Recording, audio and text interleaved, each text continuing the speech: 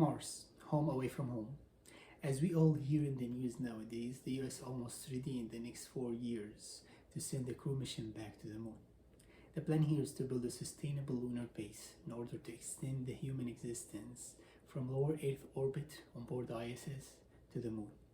As a promise from NASA administration right after that, Mars is the target.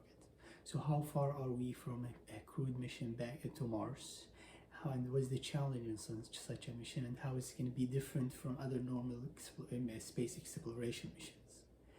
Generally speaking, the main elements of a normal successful space exploration mission are a well-trained and experienced crew, proper management and planning, proper rocket propulsion system, proper spacecraft and spacesuit to support the crew during the entire mission, sustainable communication system, and probably contingency plan in case of any surprise.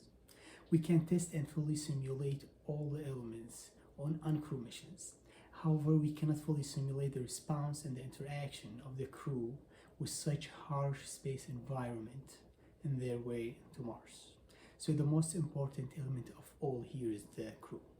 Since the beginning of the Gemini space program in 1961, in addition to the other following space programs such as Apollo, NASA has gained a tremendous experience in the psychology and physiology countermeasures on the crew.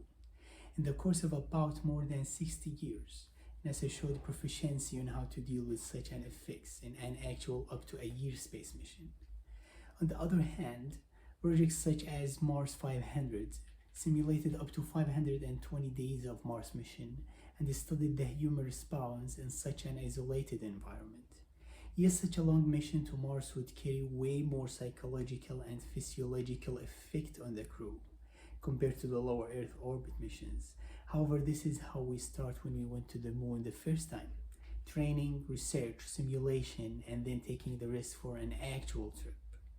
The Master's Program of Space Studies, Concentration Airspace Science from the American Public University helped me to form a complete understanding of the elements of a space exploration mission.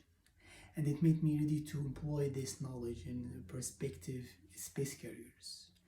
The program constructed in such a way to shed light on all the aspects of support space exploration missions, either short one to the low Earth orbit or a very long one to Mars, in the effort of creating a home away from home.